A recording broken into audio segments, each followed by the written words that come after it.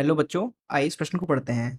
स्पष्ट कीजिए क्यों कंपकपी वाले दिन लकड़ी की ट्रे की अपेक्षा पीतल का गिलास कहीं अधिक शीतल प्रतीत होता है।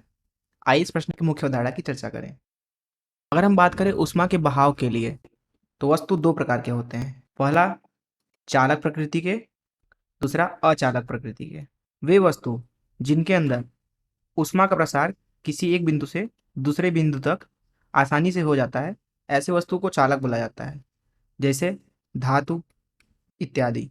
वहीं अगर अचालक की बात करें तो अचालक ऐसे पदार्थ होते हैं जिनमें एक बिंदु से दूसरे बिंदु तक ऊष्मा नहीं बहती है, या फिर आप ये बोलें कि एक बिंदु से दूसरे बिंदु तक ऊष्मा बहने में बहुत ही ज़्यादा टाइम लगता है, बहुत ही ज़्यादा समय लगता है।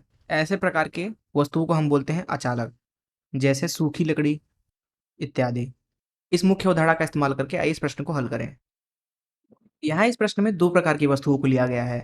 पहला तो है लकड़ी की ट्रे, दूसरा है पीतल का गिलास। मान लेते हैं हमारे पास में ट्रे कुछ इस तरीके से है,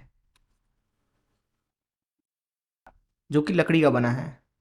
सामान्यतः हम मानते हैं कि ट्रे सूखा है, ऐसी स्थिति में यह एक अचालक है। वहीं हमारे पास में एक पीतल का गिलास है कुछ इस तरीके से। अब क्योंकि ये पीतल से बना हुआ है, पीतल क्योंकि एक धातु होता है, इसलिए पीतल का गिलास एक चालक है। अब जिस पर्यावरण में यह लकड़ी का ट्रे तथा पीतल का गिलास रखा हुआ है, उस दिन बाहर का तापमान बहुत ही कम है, क्योंकि कपकपी वाला दिन है। और हमारे शरीर का जो तापमान होता है वह होता है 37 डिग्री सेंटीग्रेड। कपकपी वाले दिन का तापमान 37 डिग्री से तो कम ही होगा, जैसे हो सकता है वो 10 डिग्री हो, 5 डिग्री हो, कुछ इस तरीके का तापमान।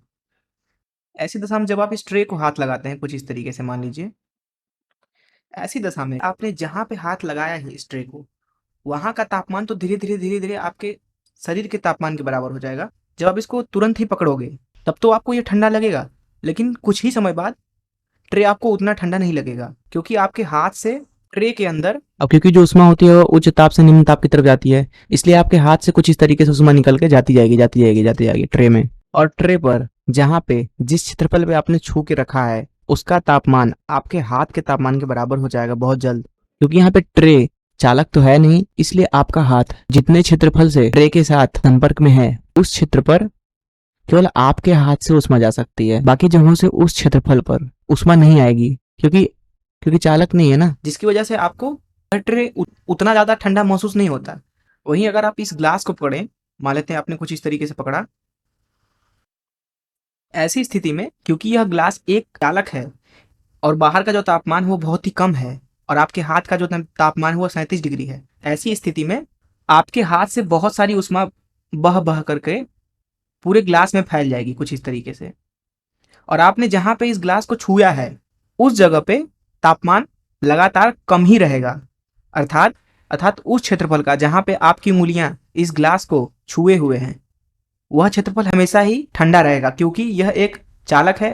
तो आपके शरीर से इस ग्लास में जो भी तापमान जा रहा है, जो भी ऊष्मा जा रही है, वो पूरे ग्लास में फैल जा रही है कुछ इस तरीके से, और वह पुनः वातावरण में चली जा रही है। अतः आपको ये ग्लास पूरे समय इस लकड़ी के बने ट्रे से तो ज़्यादा ही ठंडा लगेगा। इसको आप एक और उदाहरण से समझ सकते हैं। मान लीजिए आप एक पार्क में जब गए जाते हैं, एक तरफ एक लकड़ी का कुर्सी होता है, दूसरी तरफ मान लीजिए एक आयरन का कुर्सी होता है। तो आप लकड़ी वाले पे बैठना ज़्यादा पसंद करते हैं, आयरन वाले पे आपको गर्म लगता है। वहाँ पे भी कारण यही होता है। तो इसका कारण हम लिखेंगे कि लकड़ी अचालक है, वहीं धातु जो है वह चालक है। जब आप लकड़ी की कुर्सी पे बैठते हैं, तो जिस क्षेत्रफल पे आपका शरीर और लकड़ी का चेयर एक दूसरे को छुए रहते हैं, वहाँ का तापमान तो कुछ ही समय बाद आपके शरीर के तापमान के बराबर हो जाता है, इसलिए कुछ ही समय बाद आपको उतनी गर्मी महसूस नहीं होती। लेकिन जब आप चालक कुर्सी पे बैठते हैं, अर्थात धातु से बनी हुई कुर्सी पे, जहाँ पे आपका शरीर और वह कुर्सी छुए रहता है, वह क्षेत्रफल हमेशा ही गर्म होता रहता है, क्योंकि वहाँ पे ऊष्मा पूरे कुर्सी से बह करके आ सकती है तथा बह करके जा भी सकती है, जैसा कि यहाँ पे मैंने आपको बताया। तो यही कारण है कि कपकपी वाले दिन लकड़ी की ट्रे की अपेक्षा पीतल का गिलास कहीं अधिक शीतल प्रतीत होता है। मैं आशा करता हूँ कि आपको इस प्रश्न का हल जरूर समझ में आया होगा। धन्यवाद।